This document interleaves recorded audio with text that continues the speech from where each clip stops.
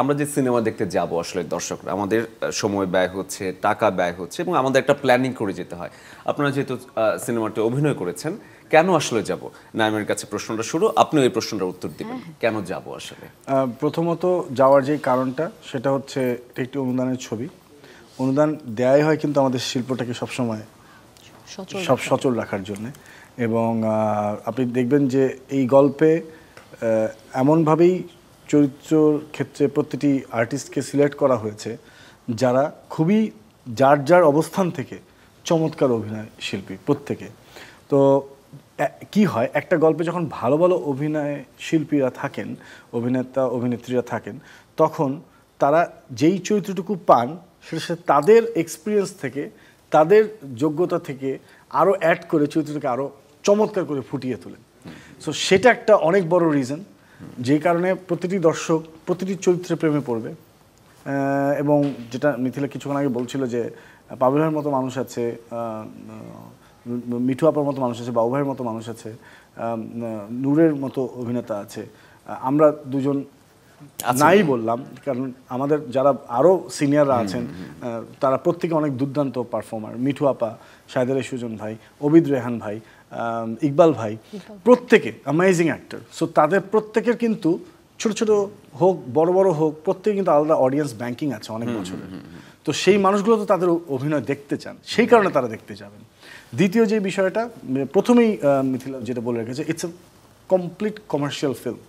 যে কমার্শিয়াল ফিল্মে বাংলাদেশের গল্প, যে কমার্শিয়াল ফিল্মে একটি পূর্ণাঙ্গ গল্প, যে কমার্শিয়াল ফিল্মে বাংলাদেশের শিল্পীদের গাওয়া গান আছে, কনা ইমরানের মতো দুজন সিঙ্গারের চমৎকার গান আছে, আমাদের বিশ্বদার একটি গান আছে, চমৎকার গান, হ্যাঁ, যেখানে মানে এত সুন্দর করে গানগুলোকে উপস্থাপন করা হয়েছে, মনে হবে যে এই গল্পের জন্য গানগুলো তৈরি করে এবং সম্পৃক্ততা আছে।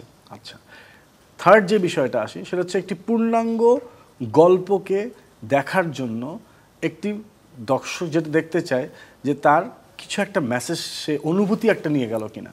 সবসময় তো মেসেজ থাকবে বলে এটা কনফার্ম বলা যায় না, অনুভূতিটাকে তাকে একটা নাড়া দিল কিনা মানবিক জায়গা থেকে, এমন গল্প এটা।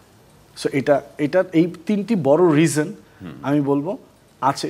সেই সাথে যিনি আমাদের নির্মাতা অরুণ চৌধুরী এবং তার পুরো টিম, অরুণ দা, সুব্রত, অমিতাভ ভাইয়া, দেন আমাদের রায়হান খান ক্যামেরা, দেন হচ্ছে ইমরানের মিউজিক, সেই সাথে Chayanika Chowdhury the all time ছিলেন সেটে, সেই সাথে অনন্যর কথা বলতেই হয়, তাদের ছেলে।